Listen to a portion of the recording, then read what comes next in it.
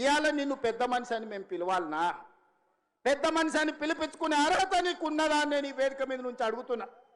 నేను అడుగుతున్నా, ఇవాళ పెద్ద మనిషిని ప్రజాపాలన ఎందుకు పోవాలి, పాపాల భైరవుడు అధికారులు ఎందుకు రావాలో నువ్వు జవాబు చెప్పాలి.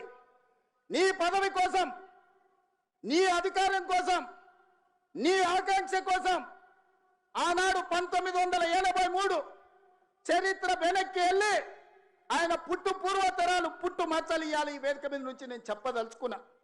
ఆయన నీతేంది, ఆయన జాతేంది, ఆయన దోస్తేందో ఇవాళ మీ అందరి ముందర నేను విజ్ఞప్తి చేయదలుచుకున్నా.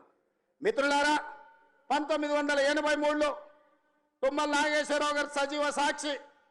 ఆనాడు అన్న పెద్దలు నందమూరి తారక రామారావు గారు యువ న్యాయవాదిగా జగిత్యాలలో న్యాయవాది పదవిని బాధ్యత నిర్వహిస్తుంటే పిలిచి భుజం తట్టి నీకు ఎమ్మెల్యే టికెట్ ఇచ్చి నీకు ఎక్సైజ్ శాఖ మంత్రి ఇస్తే సంవత్సరం తిరిగే లోపలనే అన్న ఎన్టీఆర్ను వెన్నుపోటు పడిచి నాదెండ్ల భాస్కరరావుతోని జట్టు కట్టిన నువ్వు నాదెండ్ల భాస్కరరావు సోపతిని వదిలి కాంగ్రెస్ పార్టీలకు వచ్చి 40 సంవత్సరాలు పూర్తయింది.